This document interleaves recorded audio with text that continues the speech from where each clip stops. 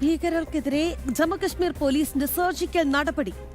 റംബാനിൽ 4 ഭീകരരുടെ സ്വത്തുക്കൾ കണ്ടുകെട്ടി. UAPA നിയമപ്രകാരം വൻ ഭൂസ്വത്തുക്കൾ പോലീസ് ജപ്തി ചെയ്തു.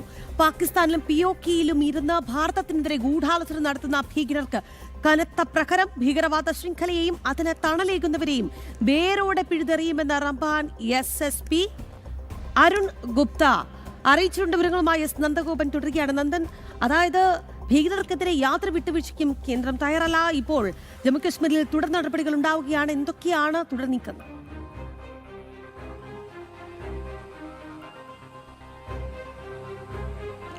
രഹി, അതിർത്തി കടന്നുള്ള ഭീകരവാദത്തിനെതിരെ നരേന്ദ്രമോദി സർക്കാർ പുലർത്തുന്ന സീറോ ടോളറൻസ് അത് കൃത്യമായി തന്നെ നടപ്പാക്കി വരുന്നു. ഭീകരരോട് ഒരു തരത്തിലുള്ള സന്ധിയുമില്ല.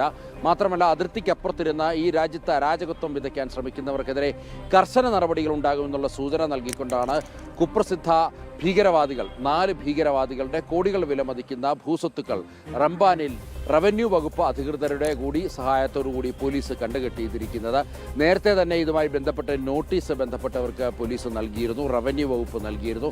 അതിനുശേഷമാണ് ഇന്ന് രാവിലെയോടുകൂടി ഈ ഭൂസ്വത്തുക്കൾ കണ്ടുകെട്ടുവാനുള്ള നടപടികളിലേക്ക് പോലീസ് കടന്നിരിക്കുന്നത്. കോടികൾ വിലമതിക്കുന്ന ഭൂസ്വത്തുക്കളാണ് ഇതിനോടകം തന്നെ പിടിച്ചെടുത്തിട്ടുള്ളത്.